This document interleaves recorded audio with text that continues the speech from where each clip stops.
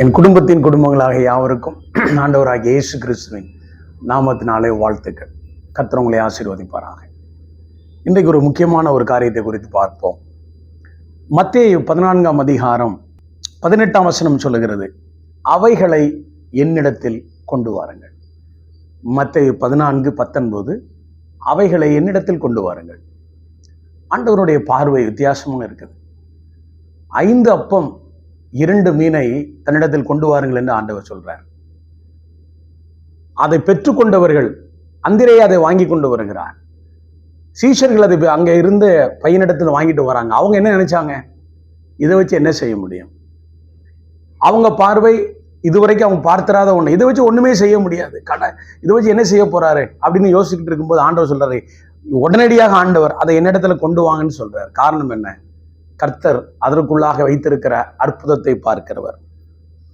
முடியாது, நடக்காது, இதற்கு வாய்ப்பே இல்லை, இது மாதிரி நடந்து நாங்கள் பார்த்ததும் இல்லை, இப்படிப்பட்ட கேள்வியோடு நீங்கள் இருக்கிறீங்களா? உங்களிடத்துல இருக்கிறதை கர்த்தரிடத்துல கொண்டு போங்க. ஆண்டவர் சில சமயத்தில் அவர் செய்கிற காரியம் நமக்கு இது நம்ம அறியாதது 8ஆவதுமான காரியங்களே செய்வார். ஆண்டவரிடத்துல கொண்டு போனாங்க. என்ன நடந்தது தெரியுமா? சூழ்நிலைகள் மாறினது. இயற்கைக்கு அப்பாற்பட்ட முறையிலே அங்கே அற்புதம் நடந்தது. ஏன் இப்படி செஞ்சிருக்கலாமே? 5000 பேருக்கும் திடீர்னு ஒரு 10,000 பிரெட் வந்திருக்கலாமே. ஆண்டவர் அப்படி செய்யலை. அது பிட்க வந்து கொண்டே இருந்தது. மீதி கூடை நிறைய 12 கூடை நிறைய எடுத்தார்கள். இது எதை காட்டுகிறது தெரியுமா? தேவன் நம்மிடத்தில் கொஞ்சம் இருந்தாலும் அதை அவரிடத்தில் கொடுத்துட்டு நம்பிக்கையோட கர்த்தர் பார்க்கிற வண்ணமாய் நம்மை பார்க்க வேண்டும் என்று விரும்புகிறார். இந்த இரவு வேளையில நீங்க தூங்க போவதற்கு முன்பாக ஆண்டவர்கிட்ட ஒரு தீர்மானம் பண்ணுங்க. ஆண்டவரை, உம்மை போல நான் பார்க்கணும். எப்படி பார்க்கணும்? இதோடு முடிஞ்சது அல்ல, இதுக்குள்ளாக தேவ திட்டம் இருக்கிறது. என்கிட்ட இருக்கிறது எல்லாம் கர்த்தர்கிட்ட கொடுக்குறேன்.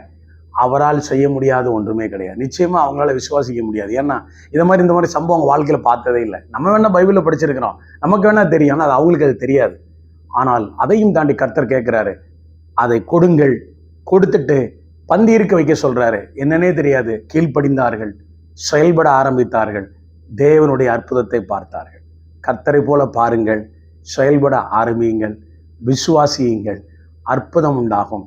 முடிவு இதுதான் நினைக்காதீங்க, இதுதான் ஆரம்பம். அவரிடத்துல கொடுங்க. God bless you. கர்த்தர் உங்களை ஆசீர்வதிப்பார்.